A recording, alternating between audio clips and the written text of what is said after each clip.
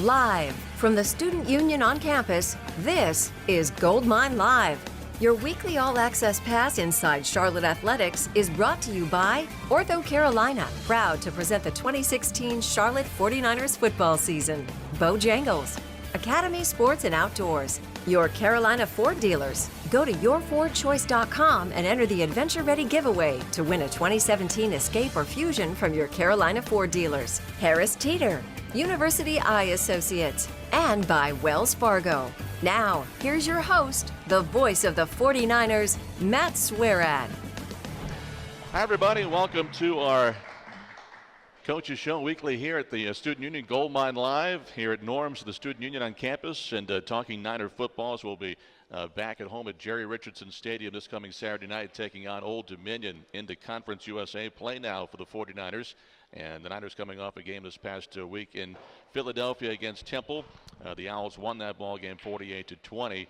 But now the Niners are back at home taking on Old Dominion, who's coming in at 2-2, coming off a conference win at home against UTSA, winning that one 33-19. Joined every week here by Coach Brad Lambert, also Kevin Donnalley. The Niners, again, coming back home, Coach, and you said it after the game on Saturday. It's a clean slate now. It's a second season conference play, and here's what things really count. Yeah, no question. We approached that with our team right after the game. We kind of look at, those first four. That was our non-conference slate, and then we just focus on these next four. What does that piece of the season look like? Starts over for us with conference play. We went 1-3 in the first four, and now this next four, we got to really get zeroed in. Old Dominion's coming in. Had a big win Saturday against San Antonio, who the week before had played Arizona State off their feet, played extremely well. So last year the ODU game went down to the last play of the game. So we know that it's a good football team coming in here. They're riding on a little high with the win. So we're going to have to play well against this team at home and get our crowd out there, get them behind us, and go out and win a game. Well, these two teams, on the basketball court have been playing for years, back to the old Sun Belt Conference, but last season was the first time you guys played football. But it's already starting to be a rivalry, and that game last year was an exciting college football game. Unfortunately, in the end, we didn't get the win, but certainly a game you guys were in position to come out of there with a win. Yeah, no question. Played well on offense last year, had, well over 500 yards, and our guys played well, responded well on the road, but we didn't finish, and that's what we got to do. When we get people there, we got to finish the drill, finish the game, and find a way to get the win in the end. Well, what's the team look like in terms of returning starters for ODU? You're going to be able to use last year's tape somewhat to coach the guys up and let them see what they can do better this time around? Yeah, no question. I think last year's game will be critical. Last year, really, David Washington, kind of that's against us. They had an open date before they played us last year. They put him back at quarterback, and he's been at quarterback ever since. He's a real athletic guy. He's a senior. He's a guy we had recruited out of high school, out of Raleigh, and he's a good player and had a knee injury late in the year last year's back. Now he's full tilt again, and of course their running back, Ray Lowry's back. He's kind of an all-conference, preseason all-conference guy. Didn't see him much last year. He had a death in the family, kind of around our game last year, so he was kind of out of commission. But Zach Pask with a wideout had a big day against us last year, so we're going to have to really zero in on him to try to slow him down. And then on defense, they got one of the best linebackers returning in Ricks. He's an all-conference guy, so he makes a ton of tackles for them. I think he led the league last year in tackles. And then O'Shane Zimes, he's a defensive end, big, strong, athletic guy.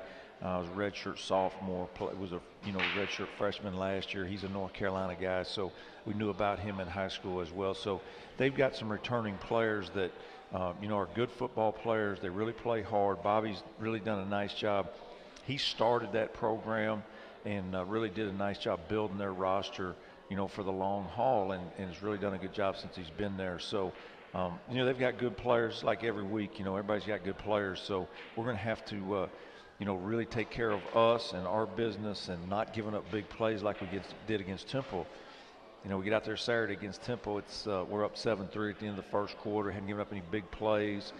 Playing, toe-to-toe with a pretty good football team on their home field, and then, we get busted for a couple, big plays right in a row, and next thing you know, that thing's out of control at the half. So Our guys got to understand the importance of each play in the game, and my eye control, my footwork, all those things that lead to giving up big plays. We got to really hone in and zero in on those little things. Yeah, and it's as your program's growing and coming of age, you can see, with the pageantry of being a homecoming game for Temple, that didn't get the guys rattled at all. They really started out strong, coming out with that 7-3 lead like you mentioned. And then last year's game also with ODU, offense came out fast, scored a lot of points early. The whole team played great. How do you help them to make that next step to be able to close out games? I know every coach wants to have that magic recipe to be able to do that. It's very difficult, but how do you get these guys through that, hey, if you put 4 quarters together, there's going to be a lot of success for you? Yeah, I think focusing on those little things like we did this morning with our guys, we don't have any real margin for error. We're not way more talented than everybody we play, and so we've got to be right all the time. One of the things I was proud of with our guys, I challenged them last week on the penalty front.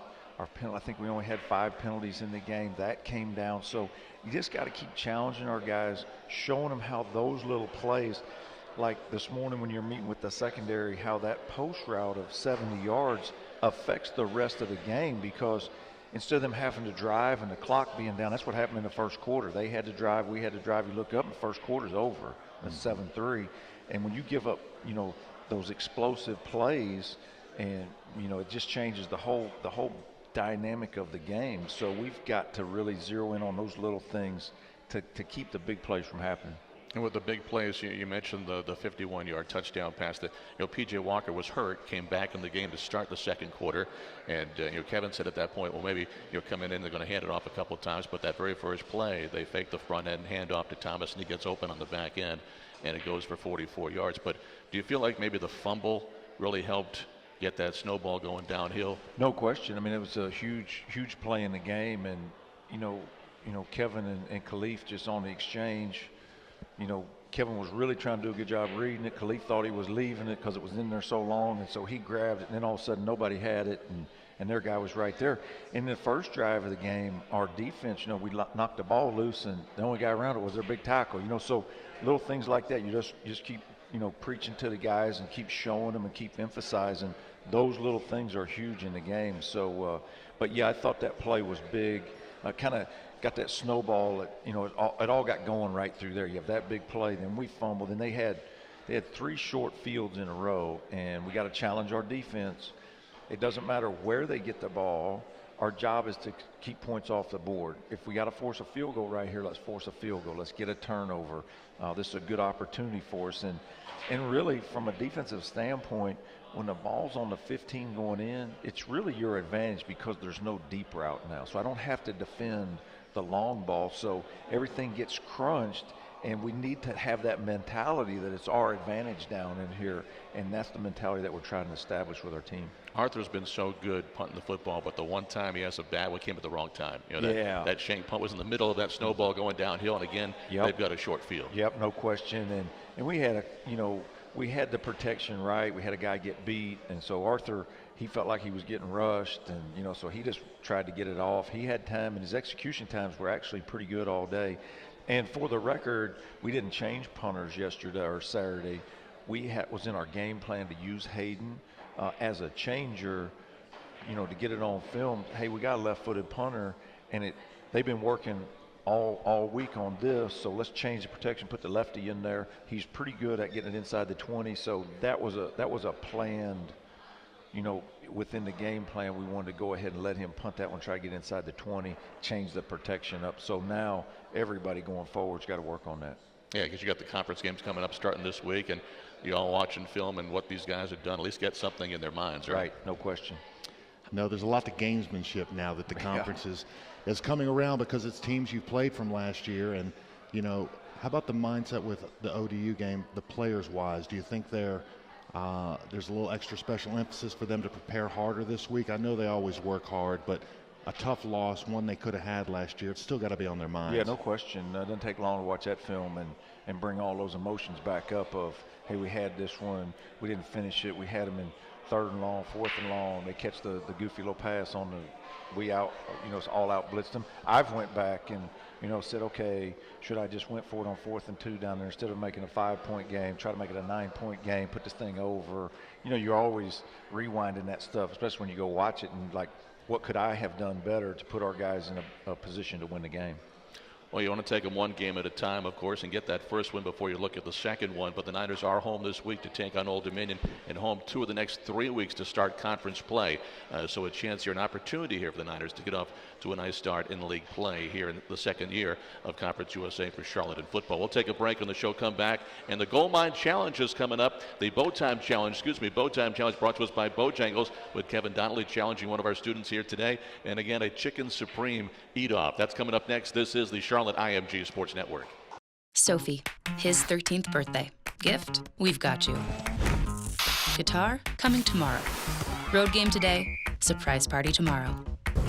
Change of plans. Game tomorrow. No, birthday tomorrow. Hotel. Guitar, reroute. Birthdays are on birthdays. Party, relocate. UPS My Choice makes rerouting packages easy. How we're helping companies solve for the needs of customers like Sophie. Welcome back here, Gold Mine Live at the Student Union. And time now, as we do each week, as we're on campus having our Bow Time Challenge with Kevin Donnalley taking on a student. And today, Andy Castriati is going to be our student participant and playing for a $10 Bojangles gift card. We're going to start when you guys are ready. Got 30 seconds. Or did we up the time this week? Is it 30 or longer? Still 30 seconds. All right. Kevin's been almost unbeatable so far, and they're off. 30 seconds on the clock going. Kevin paces himself awfully well. Seems like the last couple of weeks he was behind early, but he finished strong to get the win. But Andy seems to be doing well so far. Here we thank our sponsor, Bojangles, the Bow Time Challenge, which comes up every week. Second segment here of the show. And Kevin Donnalley going to the Sweet Tea. Closing in on the final 30 seconds, final 5 seconds of it. Let's see who's got the win at the end of this one. I think Kevin's struggling.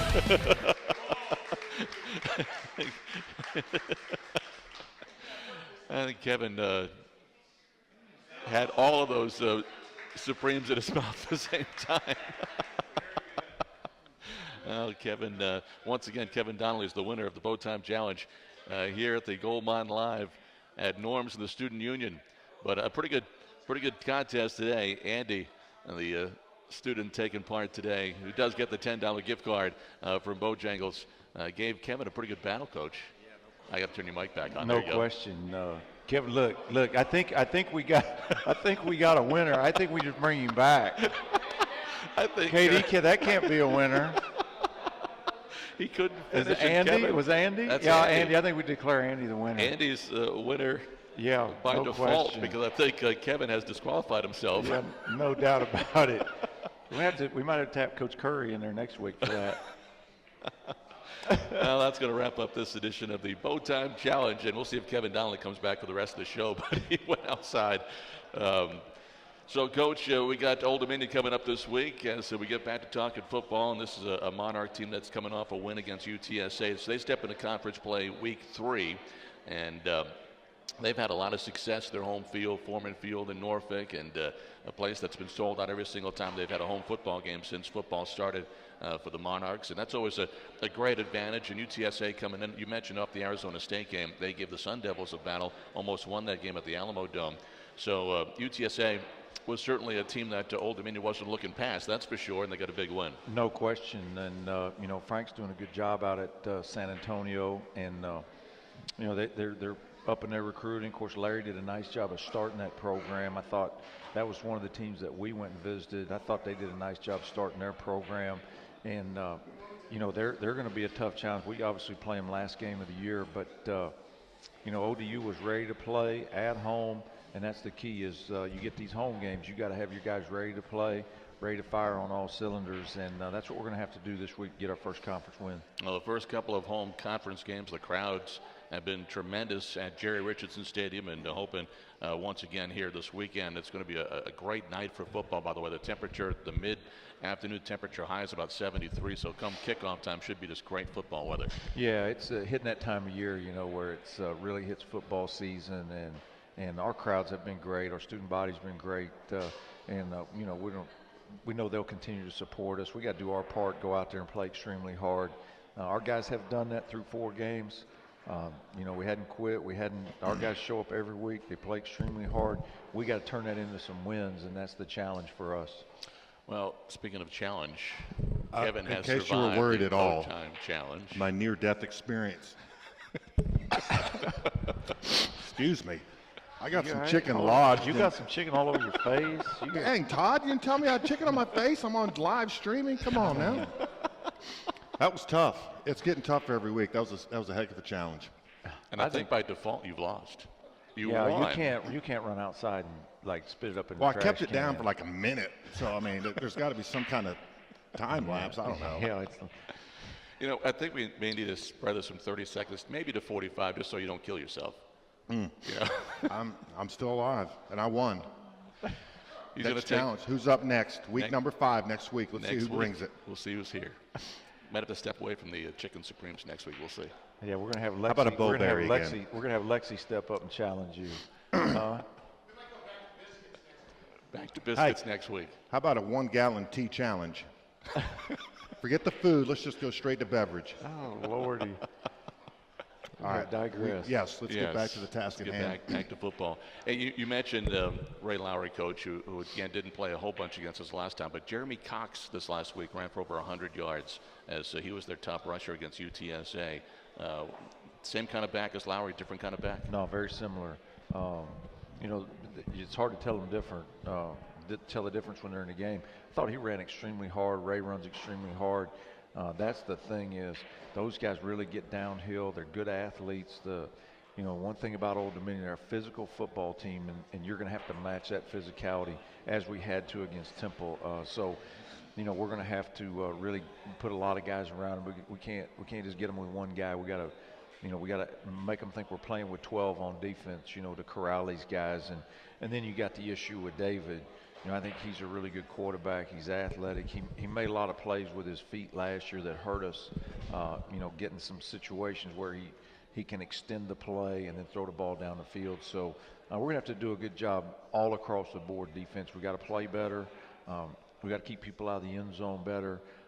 We've played some good teams, but that's no excuse. We've got to keep people out of the end zone, and that's the whole objective on defense is keep points off the board. Keeping things on the defensive side, let's talk about Tyreek Harris a little bit, and he has really stepped up for you guys. He wore 49 this last week at Temple. He's actually here today watching the show. He's playing awfully well. He really played well. He's had a good year so far. Got his first start at Temple. Put him in 49. He's just everything you want in a student athlete. I mean, he handles his business in the classroom, off the field, studies hard in the film room, practices hard, plays well. I mean, he's really doing a fine job and played his best game at Temple. Had a lot of production. He was one of our leading production guys off the, coming out of the game once we graded the film. So just really proud of him and the way he's, represented our university on and off the field. And I think with Tyreek, when I'm around the office, what I see is a guy that's constantly trying to get better. He's walking around, watching film, picking the brains of different coaches. He's just like a gym rat, if you will, in basketball. He wants to be around it, absorb as much as he can.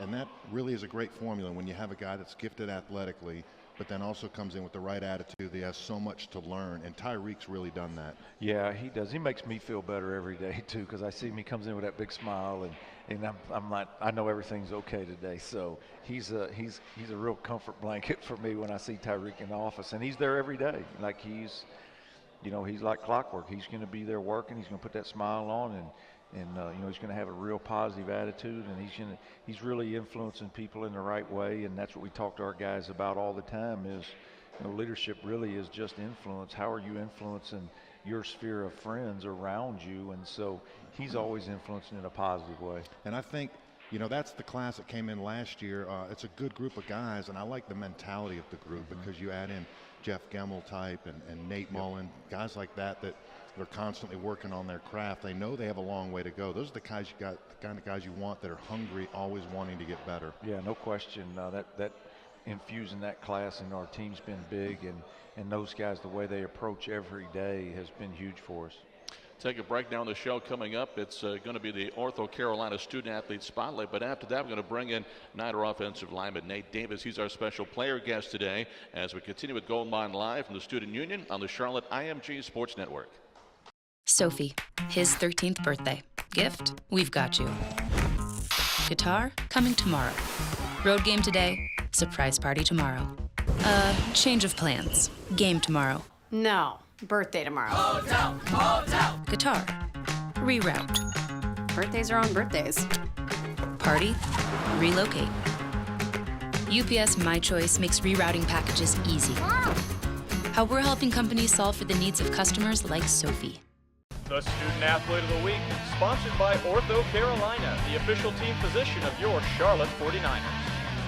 Time once again for the Student Athlete of the Week segment. Our guest this week is on the men's soccer team. It's Callum Montgomery. And Callum, just tell me, off to a very good start to the season, especially as a defender, already a couple goals under your belt. Just tell me, I mean, even as a defender, always the urge to attack. Tell me what that's like. Yeah, it's been a great start to the season. Getting goals is always nice, but we've got 2 shutouts also in the opening games, and that's what we look for every single game is a back 4, and so I'm super happy with that, and hopefully we can keep it going. Away from the field, tell me, what are you majoring in, and why did you decide to go that route? Yeah, right now I'm majoring in biology, and my idea is if soccer doesn't work out at a professional level, which hopefully it will, I'm hoping to either go into medicine or go into a business that's around medicine using pharmaceuticals and that type of idea. So we'll see what happens with that. Looking forward to the future. That can be pretty challenging for somebody to balance the classwork involved with that while also trying to balance life on the soccer field and who knows, maybe even try to have a social life in there. What are some of your strategies? What are some of your tips to try to manage those things and still be successful? It's definitely tough. I definitely just I have a big calendar in my room that I write down all my assignments, when they're due, what date they're done. So that's the best method for me is I just plan my time really well around that and prioritize.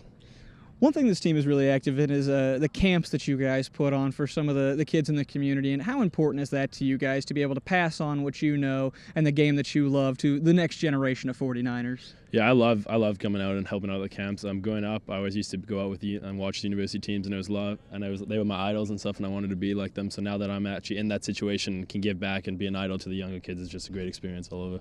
Tell me a little bit too about coming to the United States, obviously being Canadian. What made you want to cross the border, so to speak, come down to the United States and pick Charlotte? Soccer was the main thing that made me come down here.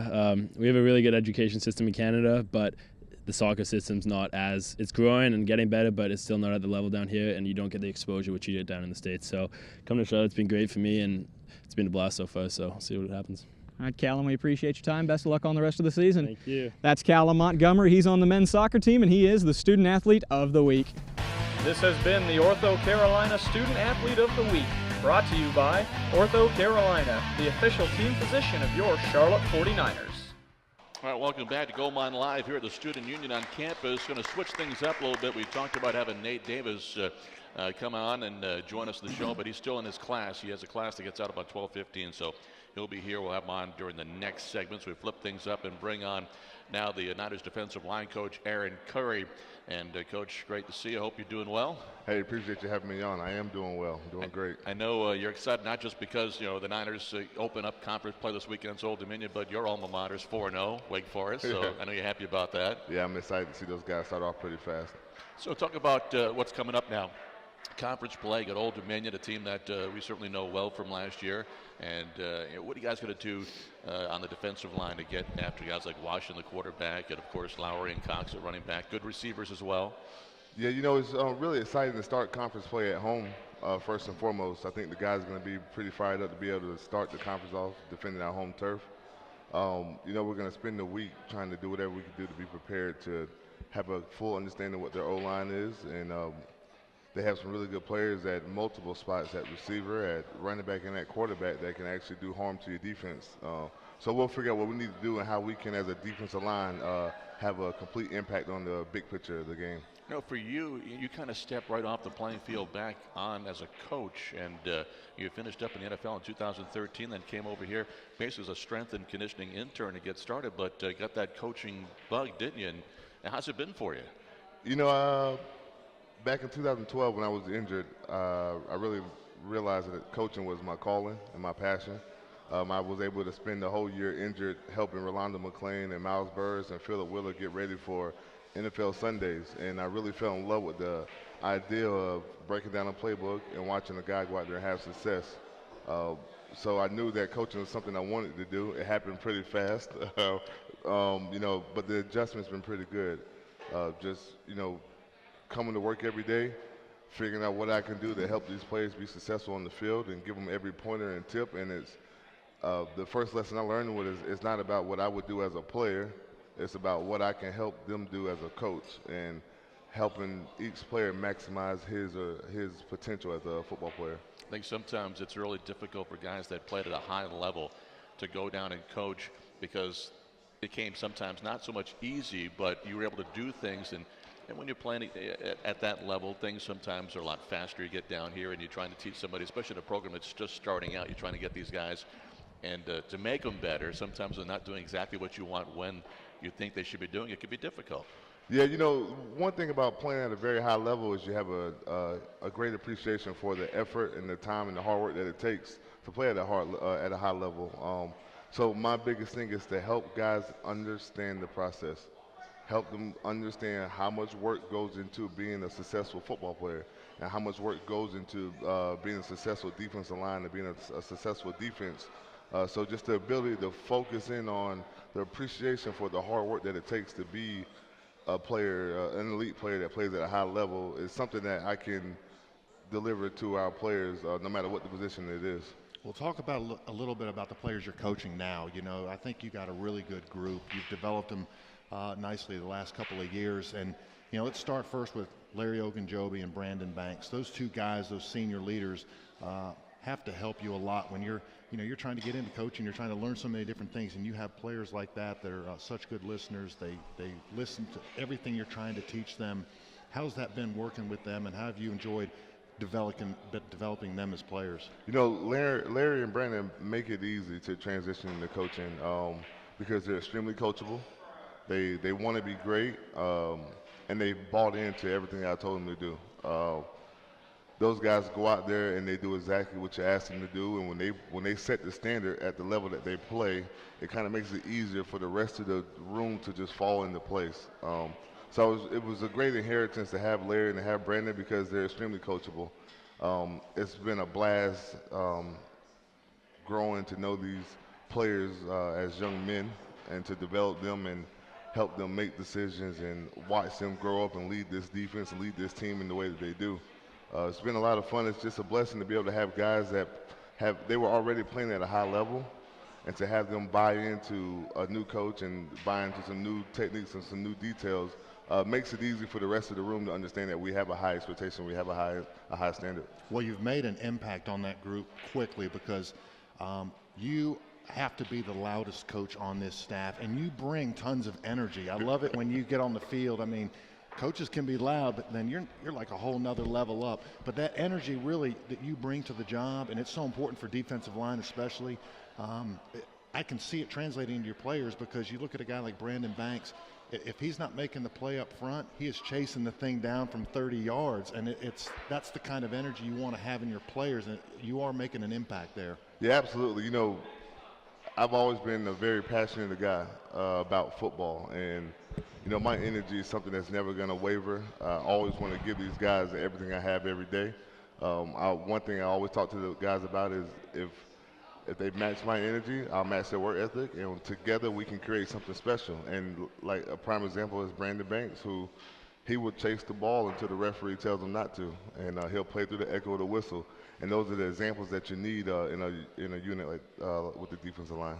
Well, I think, you know, you can make a good impression on those older linemen, and they've done a good job of, you know, taking what you want and putting it on the field. Now is there the group of that next lineman that you're going to be able to coach over the next several years? Any names kind of jump off that guys we need to take a look at, or you're impressed with so far in the way they've developed? You know who's really blown me away is Randy Sedane. He's been really impressive with his ability to mature quickly, and he has bought in from day one. And when he's on the field, there's a different pace than what I'm accustomed to seeing from freshmen. He plays physical with his hands. He's violent with his feet. He's having fun. He's willing to do whatever it takes to help the defense play. He's a guy that's 255 pounds who plays with the strength of a 330-pound lineman. And it's just been really impressive to watch him grow as a player and to watch him go out there and grow up a little bit. And he asks us all the right questions in our meetings.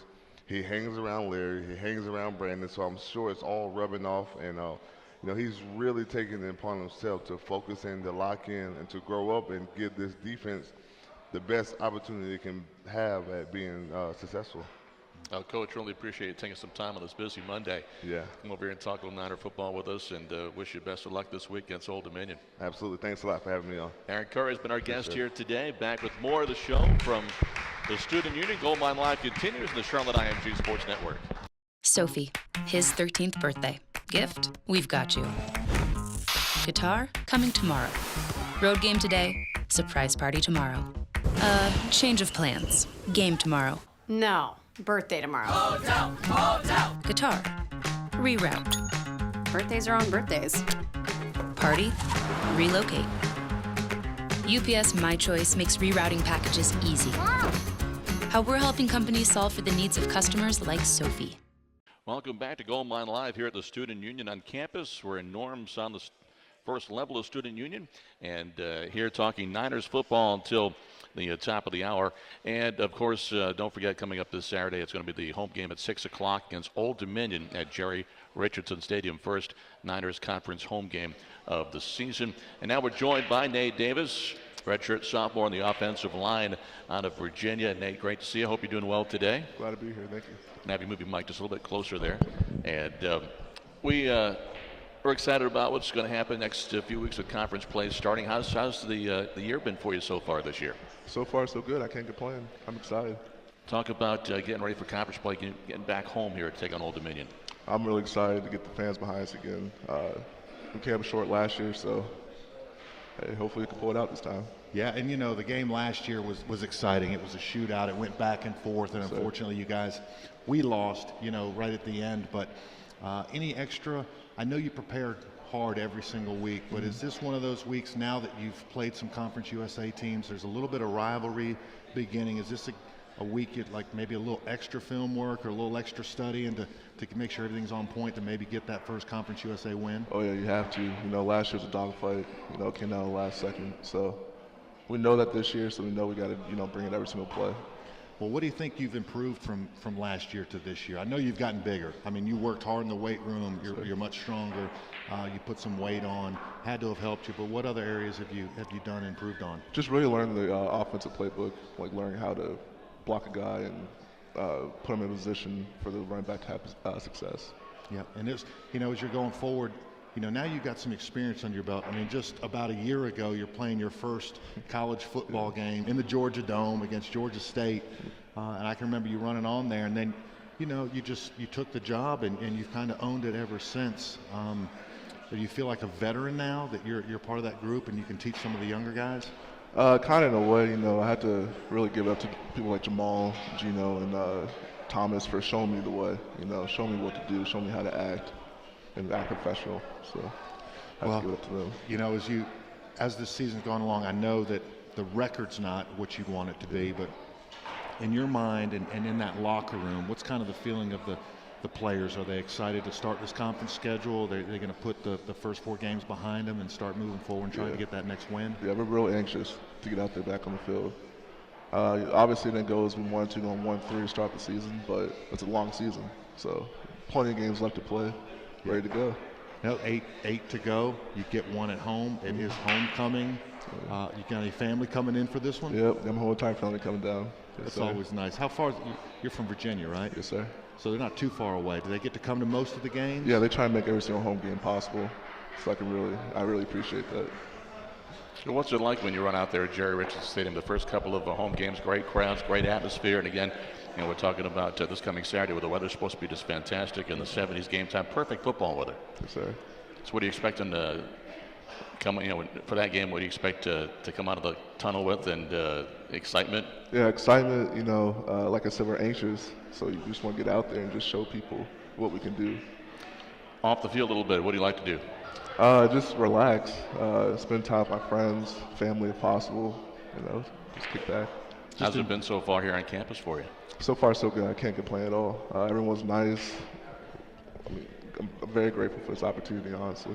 I really appreciate taking some time coming out and joining us here on this me. Monday afternoon. Best of luck this week. All right, thank you. That's Nate Davis joining us from the Niners offensive line, redshirt sophomore from Virginia. Our guest here today, back with Coach Lambert in a moment. This is the Charlotte IMG Sports Network. Sophie, his 13th birthday. Gift, we've got you. Guitar, coming tomorrow. Road game today, surprise party tomorrow. Change of plans. Game tomorrow. No, birthday tomorrow. Guitar, reroute. Birthdays are on birthdays.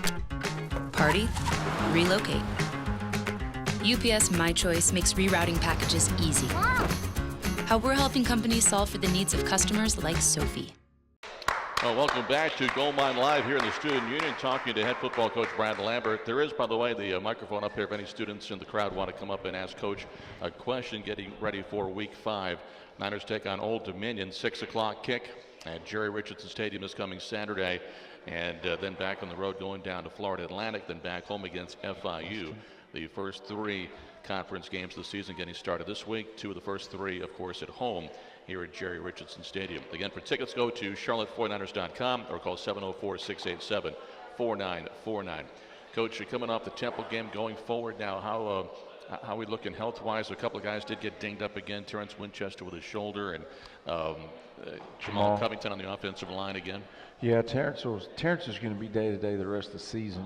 His injury doesn't require surgery, so it's about getting the strength back and the pain tolerance and getting that down. And he played limited against Eastern Michigan. We got him kind of back in there, and then he just had a couple really good plays early in the game against Temple, and he drove on the ball. It was just a simple little outright. Drove on it, got a great break on it, and had his arm extended, his right arm, and hit the guy, and his shoulder came out before he hit the ground. So he's kind of back to square one, and he was pretty upset during the game. He's just down. He wants to play. It's his senior year, and as I told him on the sideline, hey, look, just you're going to be day to day the rest of the season. So just put a smile on, have a good positive attitude, and this is where it is. And there's nothing. It's not nobody's fault. It's not his fault or anybody else's. So let's just try to get you back as quick as we can and get you in there, because he's playing at a really good level. He's picked up from where he left off last year, and he's playing at a high level, and I like the way he's playing. But just the shoulder injury that keeps popping out. So Jamal's going to be interesting. His was just a pain tolerance.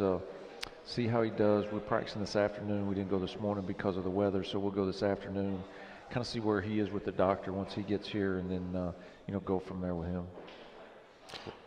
Go ahead. Well, again, with Old Dominion coming up, let's talk about some of the things you want to do to try and get a win here this week. And their running game, of course, we know that, how good it is, and Washington, the quarterback. And he, we didn't think he'd play last year. He came out. We've talked about that already, how he had a really good game against us. And he's one of those guys that can get out in space and use his legs, too. Yeah, he really can.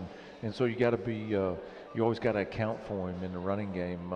They'll run some zone read stuff, and so you've always got to be conscious of where he is, because he's an athletic guy, and say he played wide out, and then last year came in our game. But I think he's going to be a real key. We've got to shore some things up in our secondary, make sure we're in position to make plays, because they're a very talented group at wide out. They got 2-3 wide outs that can play for anybody, and so our secondary is going to have to be on point. We're going to have to win the battle up front with our D-line, with Larry and Brandon. Those guys up front, we'll need to win the battle up front, stop the run, and be in place when they take shots at us. They hit us last year on a couple long passes, so we're going to have to make sure we don't give up big plays in this game. Last year the offense moved the ball fairly well and had put some good points up on the board. How's their defense looking? Looked like the front 4 guys, the D-line looked pretty strong. They got some guys back, but how's that unit look as a whole? Well, going into through 4 games, you look at the conference stats, they're third in our league in total defense. So, they're playing at a high level defensively, and they've played some good teams. Played on the road at App, played at NC State, and then San Antonio last week. So the thing I like about their defense is they're playing extremely fast. Like they look fast on film. They get to the ball fast. They're athletic, and those 2 linebackers they got. Obviously, Rick's is a good player, but the other guy's playing on a high level too. So, we're going to have to block them up front. Our offensive line's going to have to play well. We're going to have to be able to run the ball and have balance, which is what we want to do every week. And Kevin's got to continue to grow. I thought he threw some nice ball. TL's really stepping up for us. TL Ford's the guy that's being really consistent for us right now. And then it was nice to have number 3 back, kind of looking like his old self up at Temple. So he'll have to have a big day for us. Got Khalif over 100 yards and really ran the ball hard. And I kind of got nervous when he broke the long one Saturday, because I thought he was going to pull his hamstring again, because he had, all of a sudden you're in the open, you got to open up, and that's usually when you can re-injure a hamstring. But he did well. He's real physical, and so we need for him to, establish the run game and play well this Saturday. And that went for 66 yards for the touchdown run by Khalif. How about Warpe Kofa, too, using him the way you have? And he's had a couple of touchdown catches the last couple of weeks. He has, and, really Warpe's a good player, and has really stepped up well with Trent's absence, and so we need to continue to use those guys. TL, Warpe, Uriah, we got him in there. Son had a nice big catch on the slant.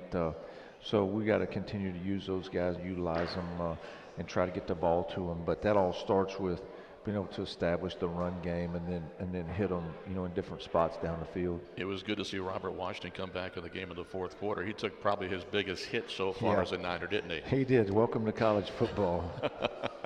That's going to wrap up the show for this week, and thanks again for watching and listening. And we'll see you again on Saturday, Coach. Good luck against Old Dominion. Thanks, guys. We appreciate it. That's going to wrap up this week's edition of Gold Mine Live. For Kevin Donnalley, Coach Brad Lambert, I'm Swierad again. Don't forget, coming up, kickoff 6 o'clock at Jerry Richardson Stadium. Our pregame coverage beginning at 5 o'clock on the Charlotte IMG Sports Network. Until then, so long, everybody.